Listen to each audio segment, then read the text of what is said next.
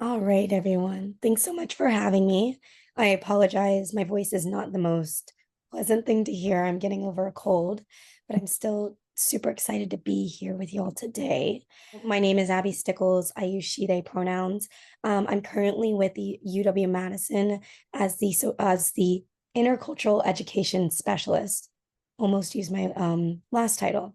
And I work in student affairs, specifically with social justice frameworks and tenets with students, staff, and faculty there.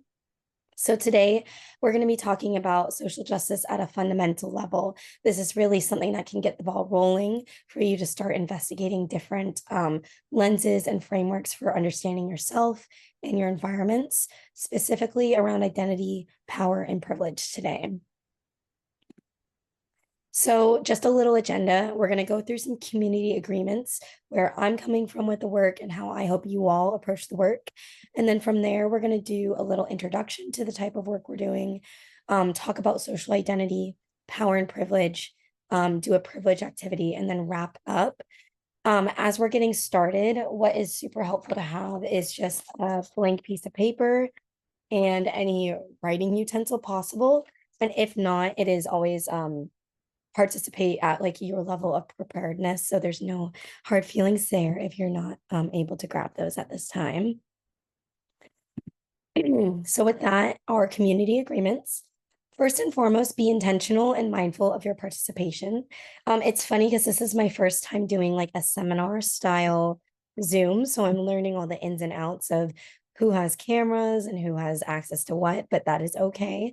But again, just be intentional. There's only a couple folks here today. And so when it comes to doing reflection, sharing in the chat, it can be super easy to kind of like taper off and let others do the work, but it can also be super meaningful to step up and kind of share with one another in this space and time. With that being said, also feel free to take care of your needs.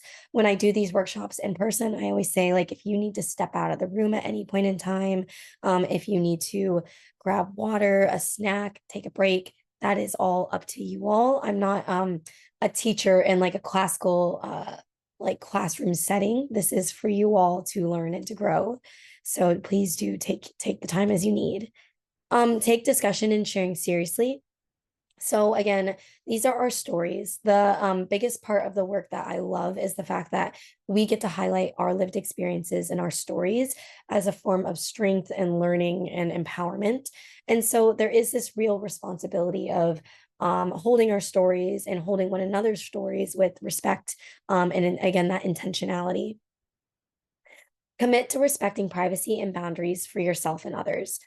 Some of these activities ask you to be very explicit about who you are or about maybe some things that you are learning about yourself, some things that are touchy or sensitive.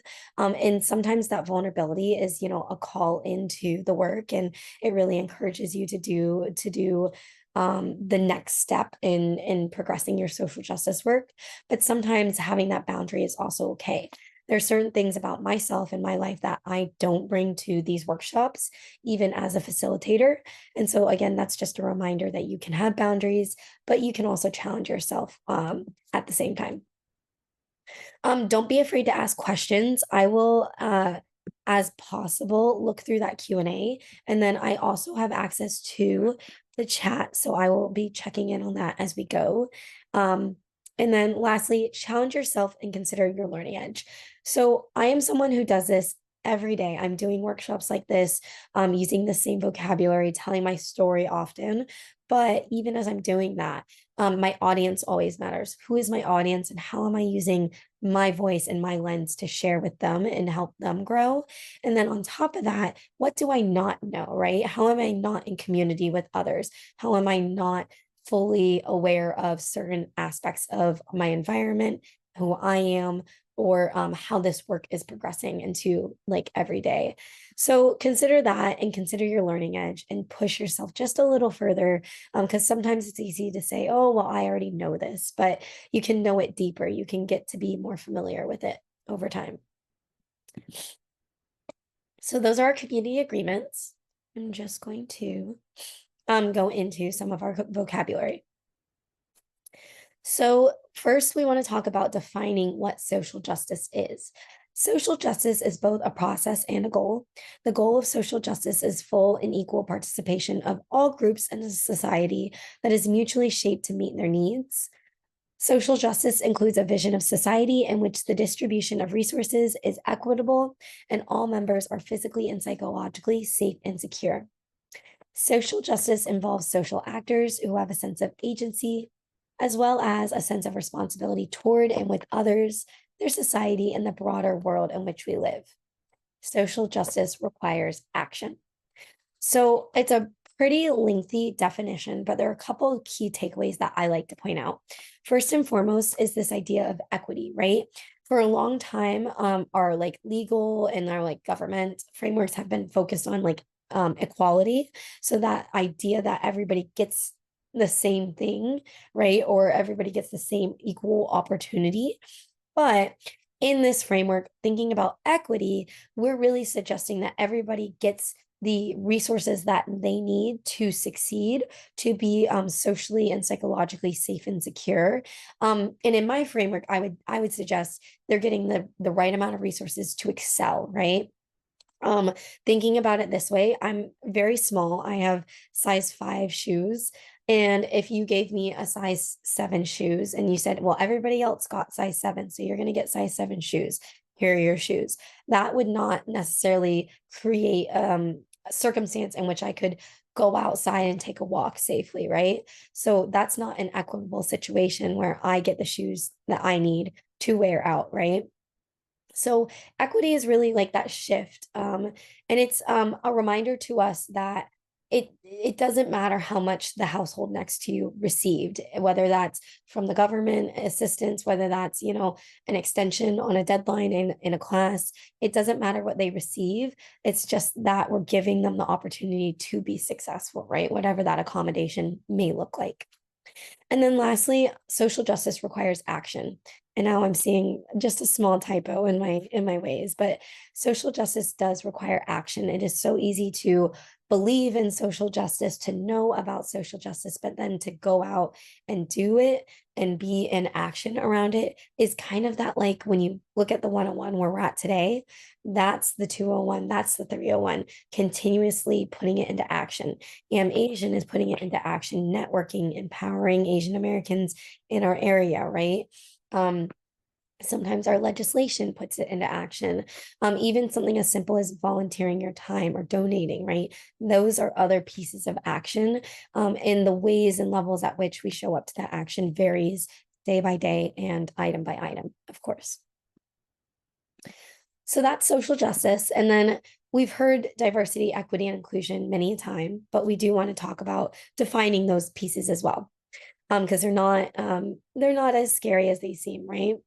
Diversity to us is a population with a range of different social and genetic backgrounds, right? So it really is looking out and being able to see see different folks. So that is what we consider maybe that diversity.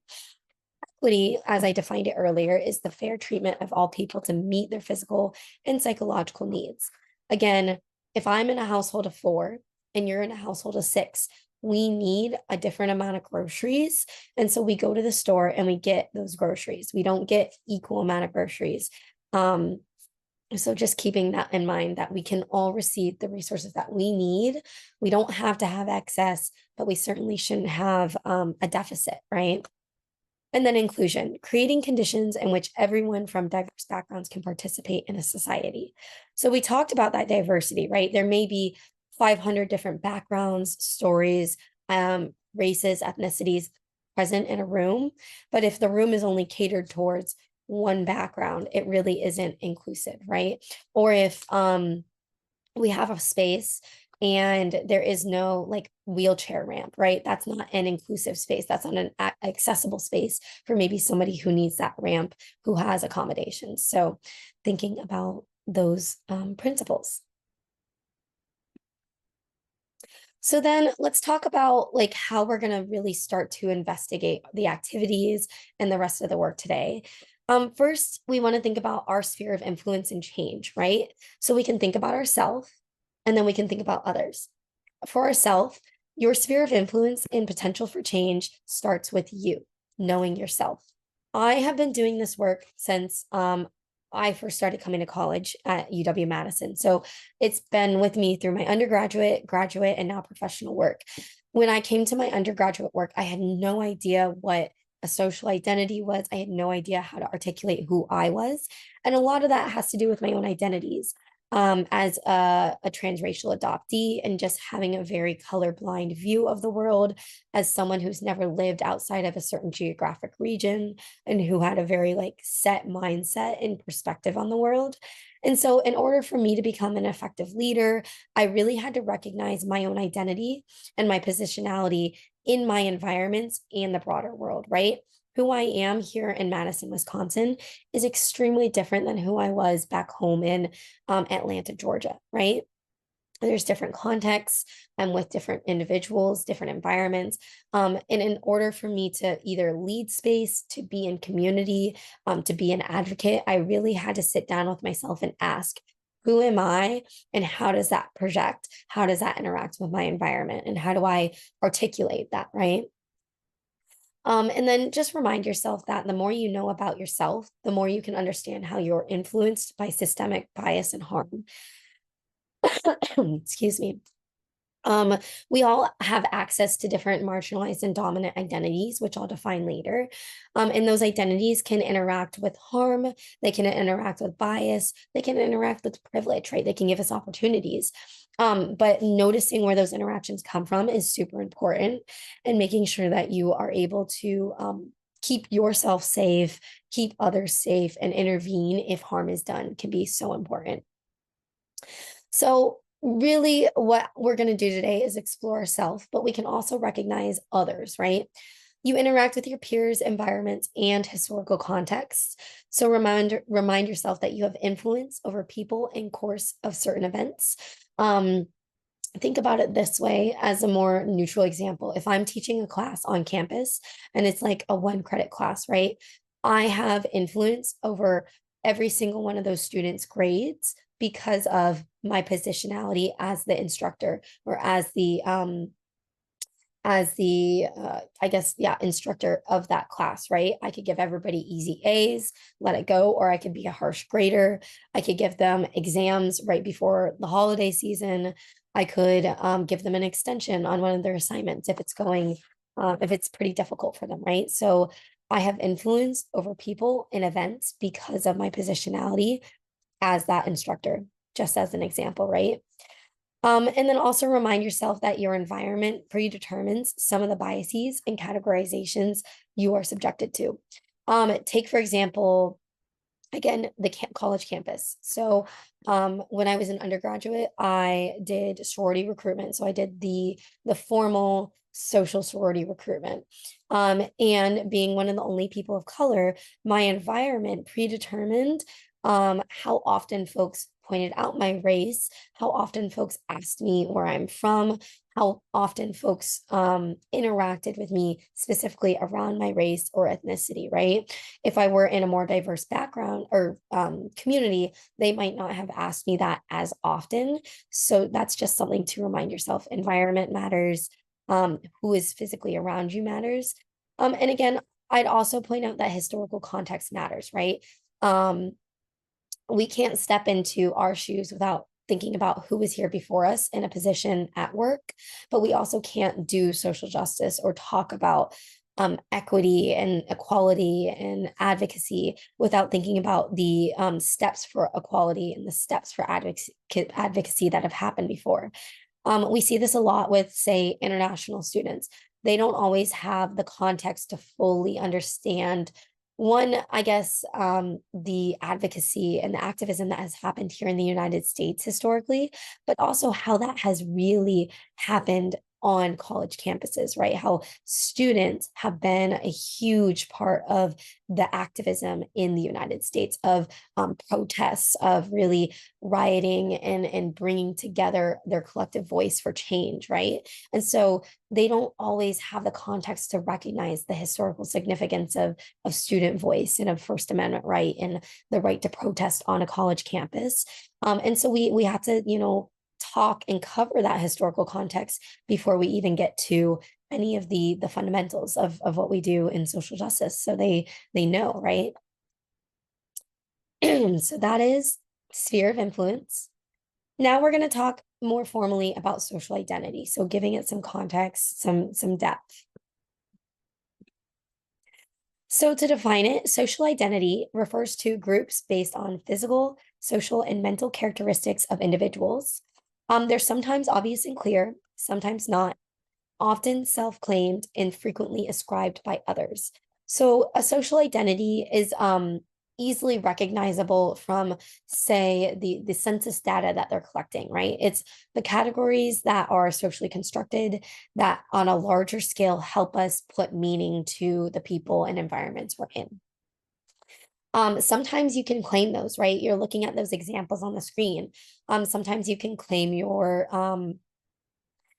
religious or spiritual affiliation, your sexuality or gender expression, right? But others are ascribed to us by our society, race, ethnicity, a citizenship, nation of origin is oftentimes not predetermined by ourselves.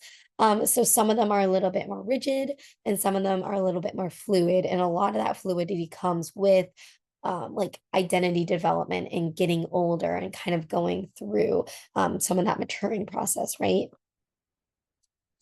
So oftentimes there are some identities that go that get interchanged with one another or can be confusing. Excuse me. So I want to go through and just define the difference between some of these. First and foremost, race and ethnicity. So race is based upon common genetic manifestations over generations. So and then ethnicity would be shared cultural heritage, language, religion, ancestry, geographic region, right? So that's something to think about in difference. And then sex and gender.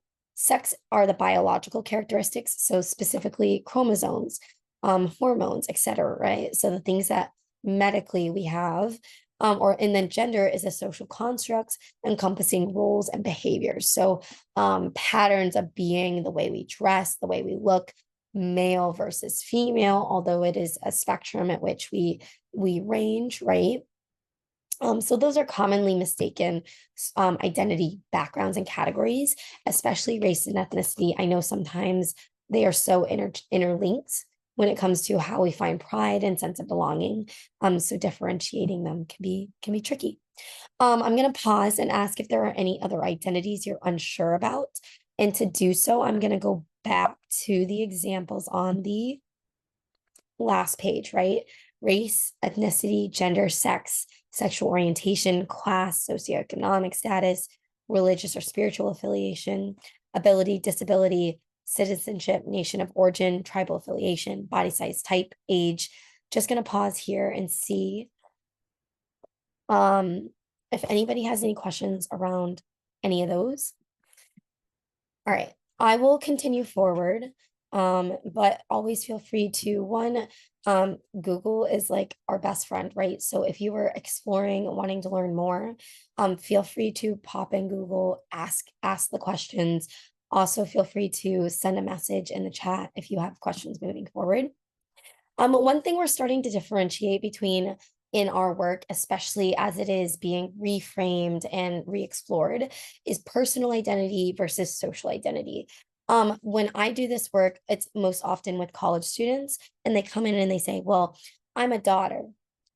I'm an athlete, you know, like, oh, well, I am, um, I am I am like a big sister, right? And those are senses of those are points of pride for individuals and they contextualize and put us within our environments. But we want to differentiate those from social identities because it's really easy to talk about personal identities. And sometimes we really want to encourage the talk around social identities. But both can be true, right? Both can exist. To define personal identities, personal identities refer to unique ways that people define themselves as individuals. Personal markets are often things we choose to define us throughout our lives. Example, sports team affiliation, personality types, special life experiences, music tastes, etc. So my personal identities, right? Oh, well, I am from Atlanta, so I'm an Atlanta United fan, right? I like soccer. I'm a daughter. I'm a little sister. Um, I'm a Virgo. I think those traits are very evident in the work that I do, right? Um, I'm adopted, so sometimes being a transracial adoptee can fall under like a personal life experience. It is also very heavily combined with my social identities and how I interact with those, of course. Um, and I would say I have pretty good music taste, but that's maybe subjective. But those personal identities have equal right to show up in the work that we're doing, right? Yes, social identity is so important to contextualize our communities and how we interact with activism, but personal identity brings the flavor, brings the color and the joy to how we show up in community with one another. So we can't talk about identities without really digging into this idea of intersectionality. Excuse me. Intersectionality is a theoretical framework for understanding how an aspect of a person's social and political identities, so all those examples that we've been talking about, how those identities might combine to create unique modes of discrimination and or of privilege, right? So you can be subjected to unique intersections of privilege and of discrimination. So take, for instance, my socioeconomic status and my academic um, achievements. For me, I have 2 degrees, 2 higher education degrees. And because of those degrees, I have the opportunity to have a full-time job with benefits, with comprehensive benefits at that. And so I have advanced my socioeconomic status because of my intersecting social identities, right? But at the same time, I can look at the other side. Um, I'm under 5 foot. I am female identifying. And so when I walk down, say, Langdon is where all the fraternity and sorority houses are, right? So I would not maybe walk down Langdon Street on my own at 10 p.m., right? Whether that's because I fear being catcalled or harassed, whether that's just general like safety and awareness, um, that mode of discrimination or is something to think about as well. Different environments and communities hold emphasis on different identities. So we've kind of already talked about this before, right? When I walked into sorority recruitment, I am very much the person of color, right? But when I walk into the work that I do now, there are multiple people of color, there are multiple identity backgrounds present, and it's not always something that has to be defined for it to be accepted or seen or recognized, right? This can be positive and this can be a negative intention and impact. Um, when I talk about intention and impact, I'm really talking about the intention. It can sometimes be good, right? People want to know about who I am and they want to get to know me. And so the first thing they ask is what is evident, my race, maybe in that sorority environment. But the impact can be negative, right? As a young 18-year-old, then I'm constantly hyper focused on my own race or on how that differentiates me from others. And then they're not asking me about my hobbies and my personal identities as much. And so there's that dissonance, right? So again, be hyper aware of who you are and how you might show up, but also recognize how your environment really determines how those manifest at the same time. Oops. Here we go. So I already kind of dropped this idea of like marginalized and dominant identity groups. And this is kind of to give us context of where we're at, right? So a marginalized identity group is a social identity group that is disenfranchised, exploited, and marginalized in a variety of ways. This is including being subject to containment, having restricted choices, being treated as expendable and replaceable, and or lacking individual identities from the group. On a college campus, a really strong example of this would be international students, or for that matter, undocumented students. So maybe Dreamers, DACA students. Um, Oftentimes, those students are afforded the legal residency to stay and study here, but they are constantly subject to containment. They might not be able to leave certain geographic regions. They might not be able to go on vacation, travel internationally because of their status and fear of not being permitted back onto campus if they were to leave. They have restricted choices. Again, thinking about employment, international students can only hold certain jobs on campus or in the surrounding area based on their visa status, right? So they aren't able to make those choices for their finances if necessary or for their career trajectory, right? Being treated as expendable and replaceable. For a lot of institutions, there is a pretty high price tag attached to international students. So it is really um, sometimes evident that like there is this energy of like being exchangeable and like replaceable in some instances. And then lacking individual identities apart from the group. Again, similar to my experiences, when an international student comes in, if there is any semblance of an accent or a second language or different cultural background, a lot of times people hyper focus on that on campus, right? Whether that's sort of microaggressive behavior of how do I pronounce your name? Oh, I'm going to pronounce it wrong 500 times, right? Whether it's oh, like, where are you really from? They will always be first an international student and then second anything else. And I shouldn't say always, right? But that is typically in our experience on the campus, kind of how faculty and staff interact with that identity, right? So then we can look at dominant groups. These are social identity groups whose members are privileged by birth or acquisition, who knowingly or unknowingly exploit and benefit from unfair advantage over members of a marginalized group. A great example of this are students whose parents either have a college degree or who are legacies at UW-Madison specifically, right? If your parents have a college degree, the likelihood that they know how to help you prepare for college early on is evident or is more likely. The likelihood that they are saving for you to go to college is higher, right? Or that they have the opportunity to help you save for college. That they are able to help you navigate SAT, ACT, AP exams, college prep is more likely. And then on top of that, I know that there are still conversations around like legacies, right? Folks whose parents went to that school who may have that like flagged when they're applying, and that may help their opportunity to get into a specific school. So that's an example of a dominant identity group. Also considering that in the work that I do, I work at a predominantly white college institution. So again, whether it is acknowledged or not, it is still a predominantly white environment. And so that dominant identity will come through. The lived experiences of the white like identity in America will come onto the campus and be the dominant identity and experience, which leaves less space for those intersectional, backgrounds and experiences along the way. So this is where I'll pause and I'll just ask that if you are able to grab a piece of paper, you do so. I know it's kind of like challenge by choice. If you don't do it, I'll never know, of course. And then if you do part of it and come back to it later, that's also okay. But I will offer some space and time for reflection on this activity either way.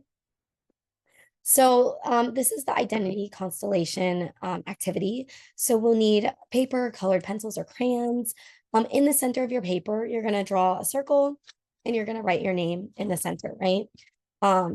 I highly recommend decorating the center of your name as you're going as well. I think it adds a little touch. You're going to consider your most important social identities and you're going to draw images or words that reflect them, right? Not everybody is hyper into art. So if it's just those words, that also works, right? Maybe the different colors that you use have meaning along the way or anything like that. Consider how much space those identities take up on the page. Consider how close those identities are to the center of your universe, so who you are. Excuse me. And I would also say, consider how close those identities are to one another, right? So I know I'm about to do the activity with you all, but if I put my name, Abby, right in the middle, really close to that would be, again, that identity of being transracially adopted. That's really important to me. It might even be pretty big. Now, that's pretty close to my core, but it also might be pretty close to my gender identity, right? I've had a huge relationship and intersection between those two identities. And on the other side, it might be really close to my racial and ethnic background, right? All of those things coexist and intersect pretty closely. So they might kind of take up the same space. On the other end, as I'm reflecting, I can imagine myself putting my education and my socioeconomic status over here, right? So because I have 2 degrees, my socioeconomic status has gone up. That's important to me because it offers me access, it's creating a new future for myself, for my family, my future children. And then on top of that, my religious status might go somewhere in here, right? So thinking about all those social identities, I might even reflect some of my personal identities, right? I'm a daughter, I'm a sister, I'm someone's partner, I've been in a long-term relationship. All of that comes into play as I reflect. And all it does is maybe give you a visual of like, who am I? How do I tell the story of who I am so that I can show up in community, so that I can show up for advocacy, activism when I'm ready to, right? In social justice. So looking at the clock, I'd say I'm going to give it maybe 7 to 10 minutes for you to do this activity, right? I know that we don't do cameras and we don't have like you can't unmute and things like that. So we'll go through the discussion together through the chat. But feel free to do that. And then feel free to ask questions along the way, and we will reconvene in about that 7 to 10 minutes. Great. Hopefully everyone I know everyone did a great job with their art projects. We're gonna pull ourselves now towards some discussion. So I believe we have opened up the opportunity for speaking for attendees. So feel free to write in the chat if you want, or you can go ahead and come off mute. Oops. So for the discussion on this, no breakout rooms, of course. I know that we also don't have cameras. So to your comfort, share things that you reflected on, like your map, and then reflect on the following discussion points, right? So if you'd like to tell us a little bit about your map and then answer one of these questions or all these questions, that is okay.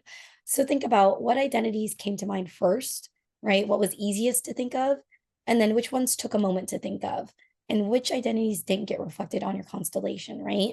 Whether that's because of boundary setting, whether that's about infamiliarity with that identity, anything like that. How did you decide where to place your identities? How did you decide on the size? What identities have brought you joy and pride?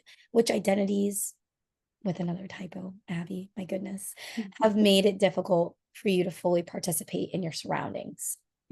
So I will give it a pause. If you want to reflect in the chat, that is all right. But I also highly encourage folks to maybe, I know there's only maybe 1 or 2 participants, but I encourage you to come off mute if you feel comfortable.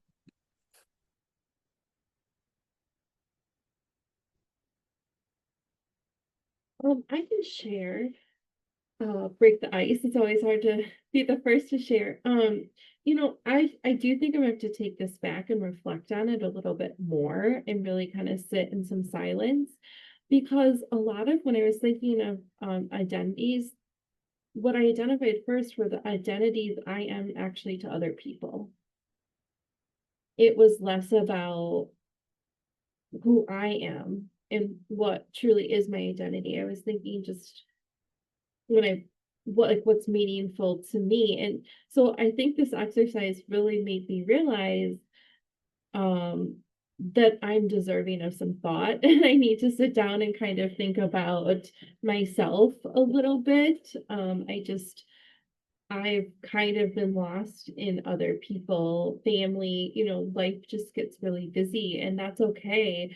But this is kind of my reminder that I need to sit down and kind of reflect and spend some time thinking a little bit more about these and who I am and all of that. Yeah. Any pointers on how to or suggestions, let me know. day by day. I hear you there. Mhm. It's so easy to get wrapped up in like the product of who we are, right? Mhm. Things that we can produce, whether that's at work, through our relationships, through art, or our social media, what we post online. And it's not easy to sit in our social identities, especially when they are what feels like contentious, right? What feels like sticky in this, in this very moment of our history and of our world. Um, but again, it takes time. So give yourself some grace on that exploration. But now that you kind of notice, okay, these personal identities, these relationships, these come first. It's time to put me first. I Mhm. to learn more. And put you don't have to put a label on it, but put a sense of pride to it. It Mhm. just takes time, but I hear you there. That's really good advice. I think like as you were speaking and thinking about, mentioned being transracial, transracially adopted as I am, I think one of my strong, like the identity I want to lean into the most is, just being an Asian woman and kind of owning that. I think that's really powerful. And as I'm getting older and exploring more into my Asian heritage, um, I'm realizing like how amazing it is to be an Asian woman. Yeah, absolutely. I think that I think a lot about like racial mirroring and how as an adoptee we don't have like an Asian woman, a mother or a relative to maybe mirror and learn that pride off of, right? Or find that strength. And a lot of that is like heritage, and generational. And so we find it ourselves over time. And the important part is that we do find it, right, for ourselves, for our children, for our communities. But it's not unique to you that you are feeling that. Mhm. So I just wanted to let you know that's something that I feel, that I know so many others under that identity feel. So Mhm. Yeah, um, thanks for sharing that because it does, yeah, it helps and it's nice, to be able to build a community of people that kind of understand. yeah, for sure. Thank you for sharing. Anyone else have any reflections? Yes, I agree. Gillette says in the chat, I think of myself as being pretty self-aware and reflective, but this exercise makes me realize putting it on paper is an important practice I've overlooked. Yes. It's like if you went to write a memoir about yourself, right? What could you say? What stories are being told? And sometimes you tell the stories that embody your identities, right? But sometimes being able to explicitly put your identities first is empowering, but also um, telling, right? Being able to identify what they are to begin with is it can be telling. And again, it's not just a tool for self-liberation or for community. It is also a tool for like harm prevention, and like recognition of bias in our communities, right? So the more you know about yourself, the more you can really be in community with one another's, prevent harm from happening to yourself, but also other identities that you might not hold. Um, and that is also like a huge part of how we tell our stories and how we really like get down to what feels like almost reductive but very expansive identity work, right?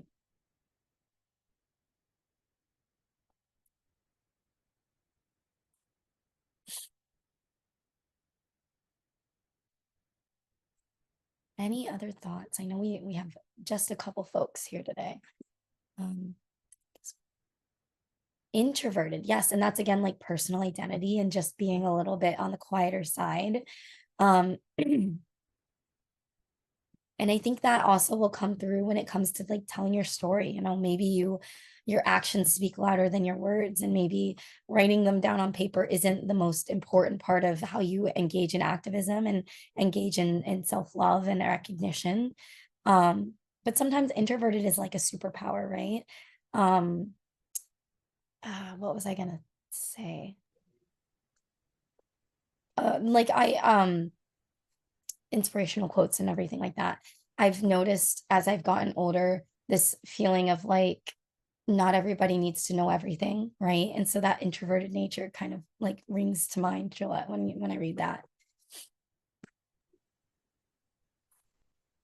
I'm trying to be more introverted. In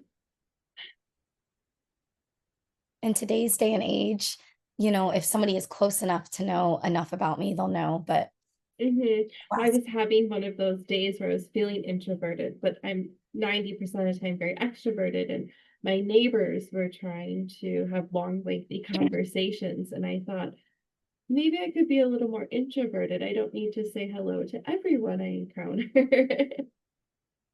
So that's giving me an idea, like extroverted actually is something that is probably on my, I should put on my list.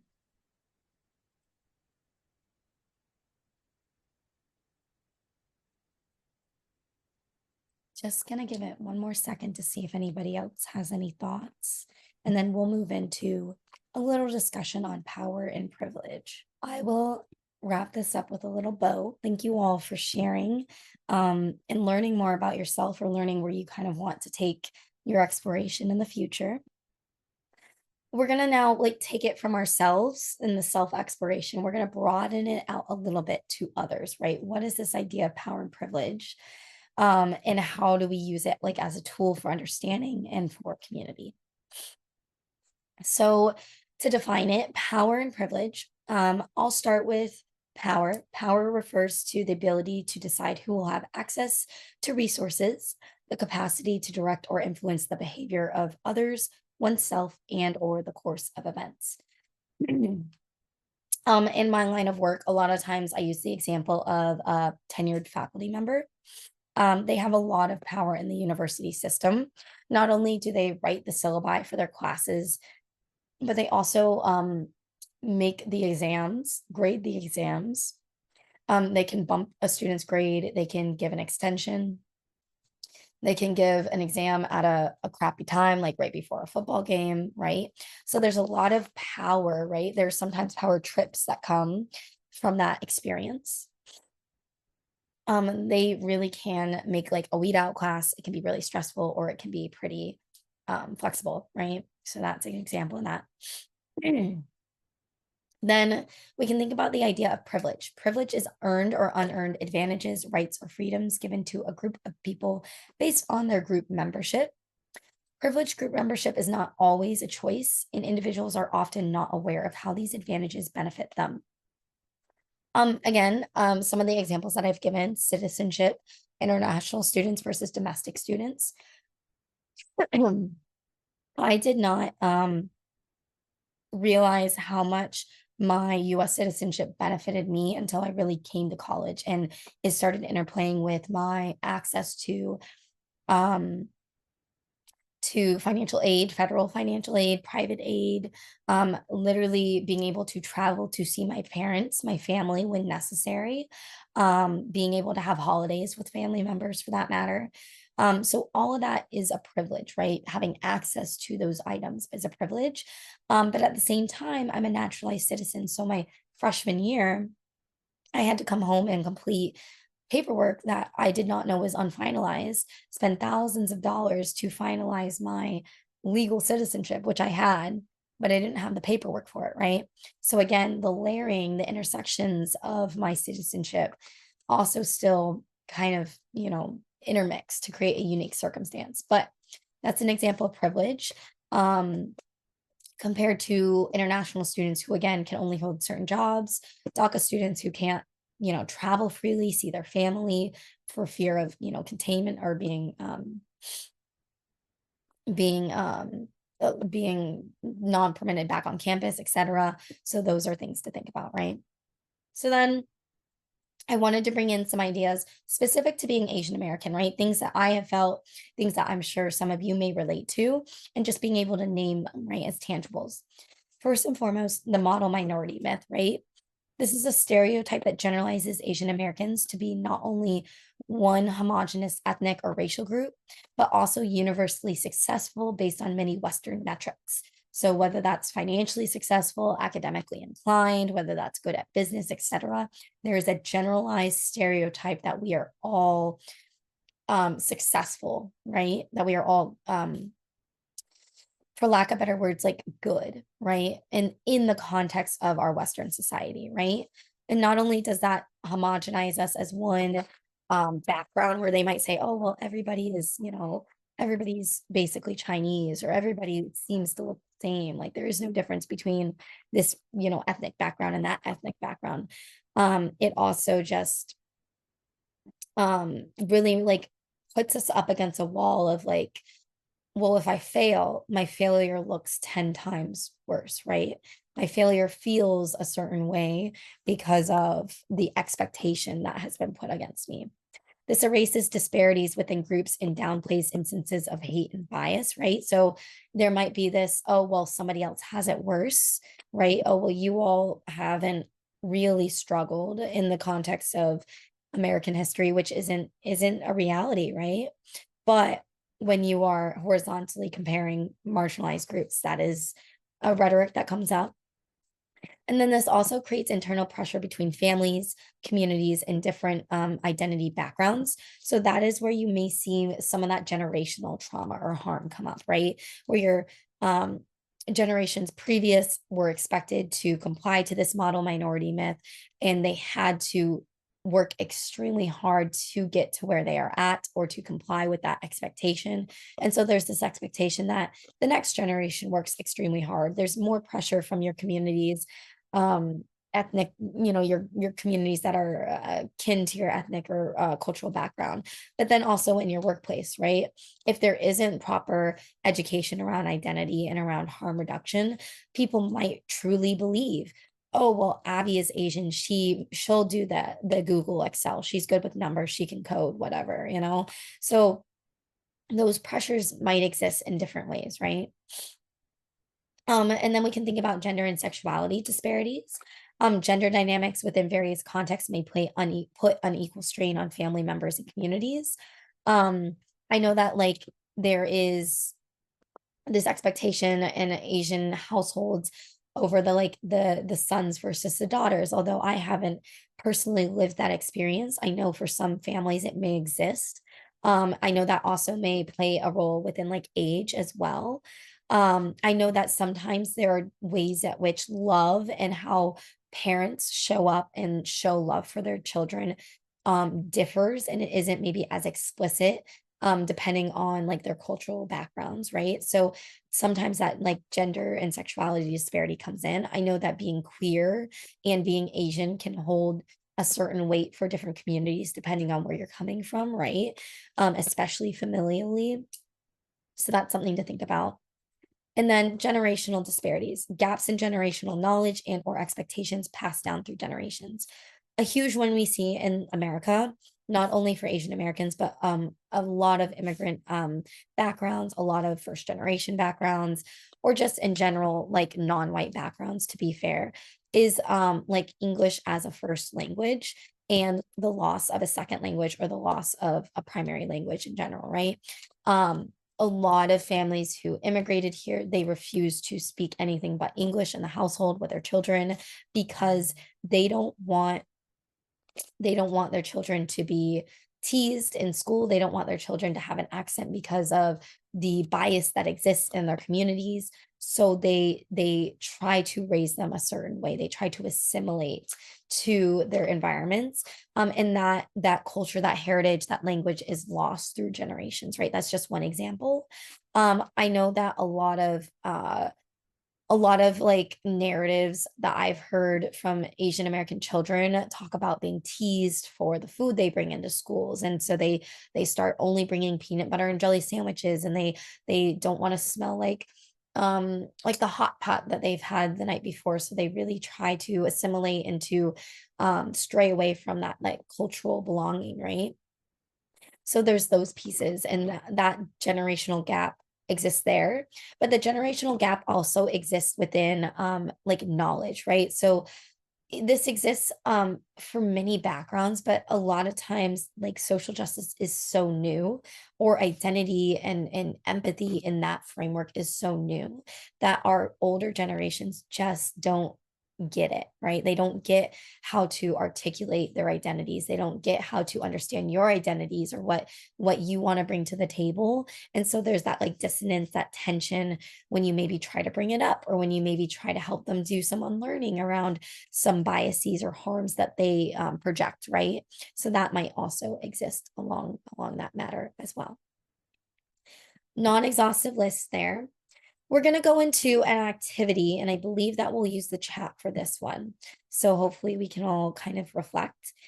And we're going to talk about specifically our privileges today, right? We're going to talk about I can or I cannot. So on the screen, you will see a list of prompts one at a time. And then in the chat, you're going to reflect on that given prompt. Because of my identity, I can or I cannot.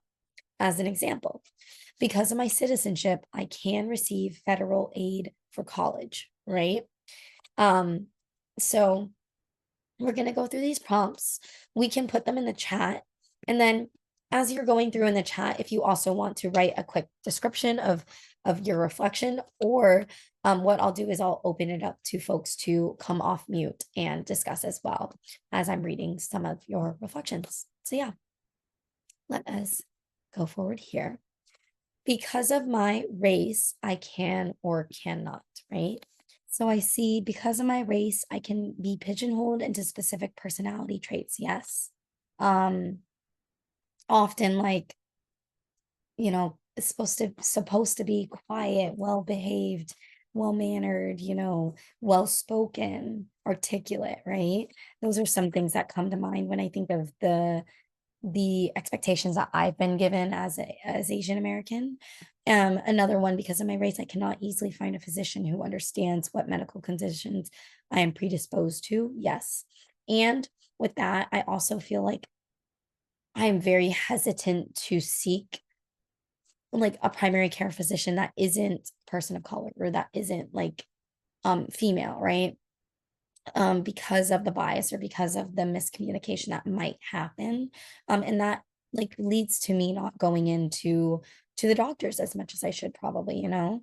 So great reflections there. Because of my race, I sometimes feel like I am the only one in public group of people.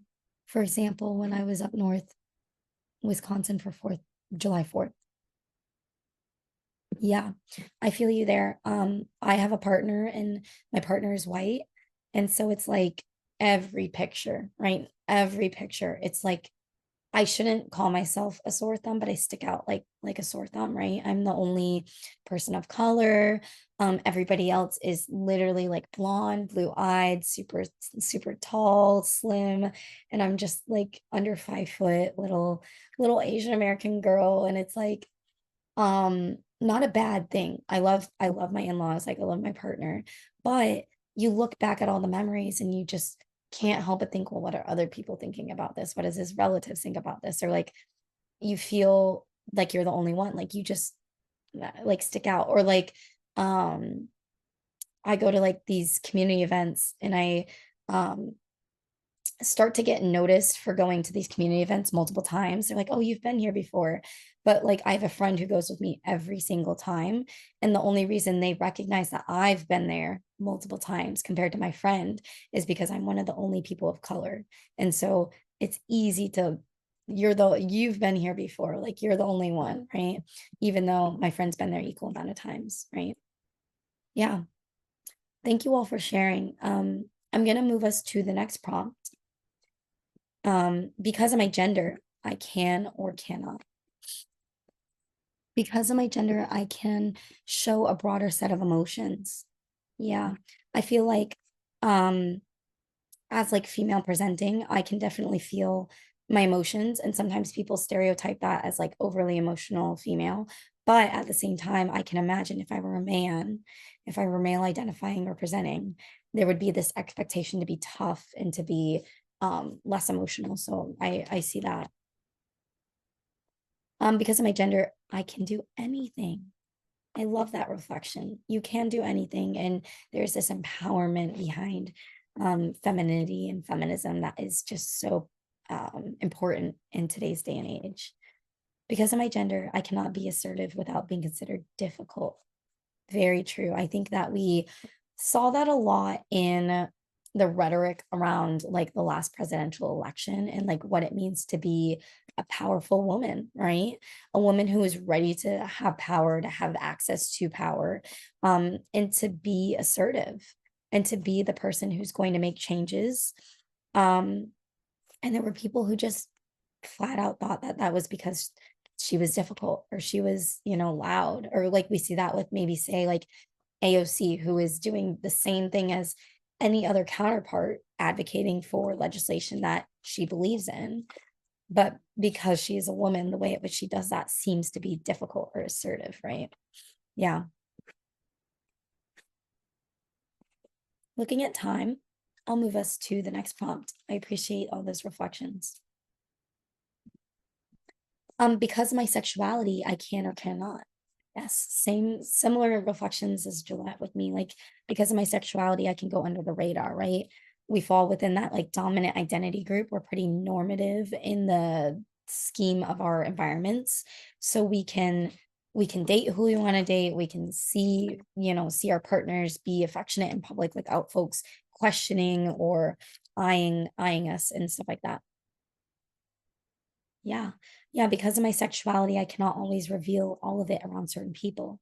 Um, I do not identify explicitly as straight. So as a queer individual, even in a straight passing relationship, there are things that I don't necessarily tell my parents because it doesn't I have a partner who identifies as opposite sex. And so it isn't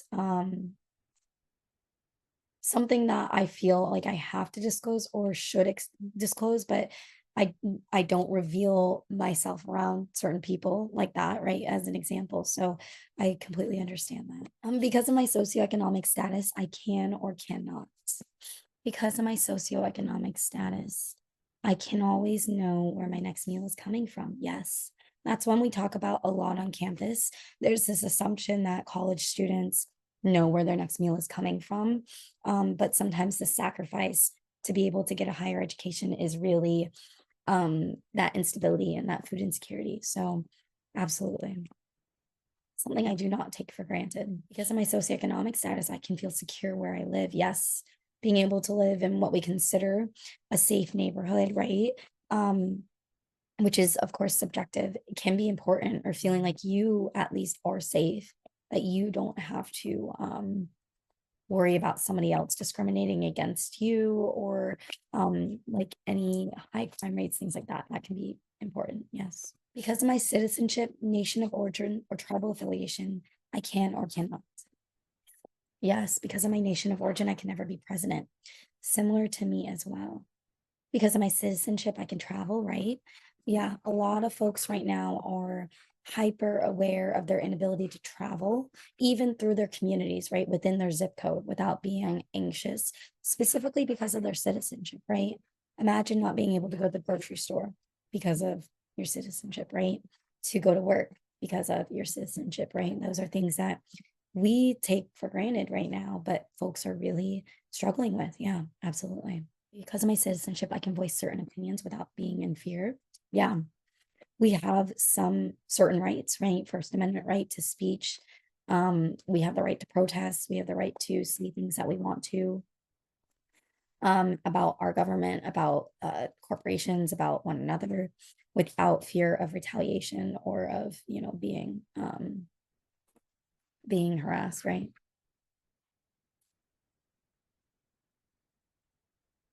Yeah, alrighty.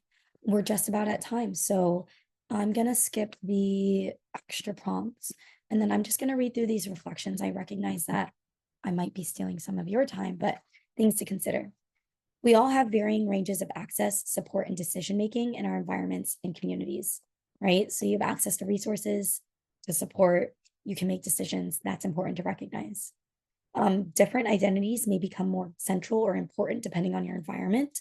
And it's really important to be aware of what identities may be perceived, assumed, so that you can help keep yourself safe and or bring you closer to the communities that you share common values and identities with.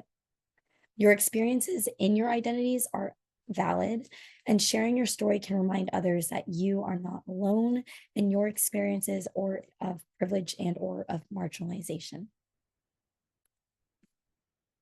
So where do we go from here? Like I said, this is the beginning. This is the beginning of what could be for the learning series, but also for you as you grow. Ask yourself, who do you have these conversations with, and how do they come up? Right?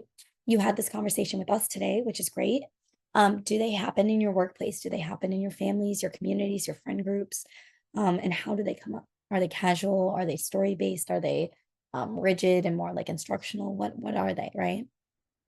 Continue to reflect on what you know and what you don't know about yourself and your environment. This is a point of like, what must you learn and what must you unlearn, right? You have been taught to be a certain person for so long. Sometimes you have to unlearn that. I don't have to be like that, right? Or sometimes you have some biases around other identities that you have to unlearn. And sometimes it's okay to admit to yourself, it's time to unlearn those things, learn new things, right? And then lastly, continue to connect with others who have similar lived experiences and with folks from different backgrounds. Finding that mirroring, right? Finding folks who have similar experiences as you is really empowering. And it is also really healing and like, this sounds really dramatic, but life saving in a sort of way. It is like your life preserver, right? The aha moment of like, I'm not alone doing this, right? And then being able to interact with a diverse background, not being uncomfortable around different races, religions, languages, etc., is also a powerful skill as well. So I'm going to switch to the next slide with asking for questions, and I'm just going to read this one out loud as well. Would like to know some more ways to create more inclusive spaces when some environments don't allow for it, right? Workplace, difficult family members, etc., and not having to do 100% of that work of educating others, right? So that's a great question, and I think there are a couple different ways of looking at it, right? For me, especially when it's like environments that you can't necessarily control with power dynamics, thinking of family, thinking of employers, bosses, etc. Sometimes the biggest thing to think about is like boundary setting and knowing how you show up and how you react to harm, right? So I would then maybe come in and talk about harm prevention. So when there's a microaggression that happens, right? Do you excuse me, do you say something in the moment? Do you know how you react to that harm? Do you get flustered? Are you pretty grounded? How do you say something in general? So I would explore that, right? There, in these environments that are maybe less inclusive, harm is done. What do you do about that harm? And I do have some resources there as well on that if you ever want to connect on like harm prevention. And then on top of that, there are also other strategies. So the first one I always suggest is again, who are you and how do you know yourself? How do you know yourself? And then how do you know who you're going in with? Are there formal structures that exist at your workplace that you could do? You could have a learning series like this, come in and do the work so that you're not the educator, you're not the voice for it. Is there a way to talk about, oops, sorry, friends, I'm just moving something out of my way. Is there a way for you to talk to your family members about your story, your experience within your conditions, without making it overly emotional? And it's not always possible and it's not always perfect, but thinking through the potential for the conversations structurally. So within like learning series, professional development, but also personally, narratives, storytelling, human to human, person to person interactions. And it's not a one size fits all, which is definitely not easy. But like to that point, also, I would say protect your peace. You are not the voice of every marginalized experience or identity. And so to your point, if it's a sunken cost of you're the educator, sometimes it is worth it to protect your peace in that environment and find your joy in other spaces, which is a hard lesson of letting go and fostering your own joy. But that's maybe something that I would say investigating as well. But we can certainly talk. I have like handouts and pamphlets around building those inclusive environments, whether that's around like pronoun usage, whether that's around racial sensitivity, things like that. So I'm always happy to connect along those lines. That was vague. It was broad. It's not a one size fits all. So I hope it was maybe helpful. Um, does anybody else have maybe any other questions before we wrap up today? Mm. I have students who are like, who do this work with us, and they go out and do workshops.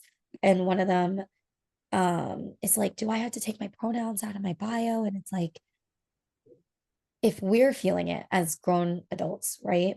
It is so like, if I'm feeling the pressure to change pronoun, my pronoun usage, which is changing it would be inaccurate to who I am, right?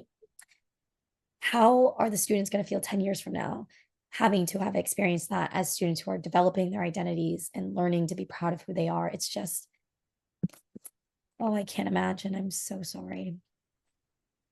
It can't be easy for any of us. I know. And I know you are, Anne Marie. I know you're off mute if you had any questions or thoughts as we wrap up. No, I mean, this is honestly, this has been so amazing, Abby. Just so informative, extremely meaningful, so appreciative of your time to have these difficult conversations. I feel like you kind of helped me identify a lot of different emotions that I couldn't before today. And yeah, so thank you so much. This was truly amazing. And you have a gift. You said that you were new to doing these types of webinars and informational sessions. You would never know it. You truly amazing. So thank you so much again. Well, thank you for having me. As always, this is tiered work, right? So it doesn't stop here. There's always ways to talk about what activism and action looks like for yourself, for your communities, ways to prevent that harm, ways to be more inclusive. So we can certainly continue that work with AMASIAN, continue that work as community members with one another. Excuse me. Um, and it's always just refreshing to get to say I do this for a living. So I appreciate it. Mhm.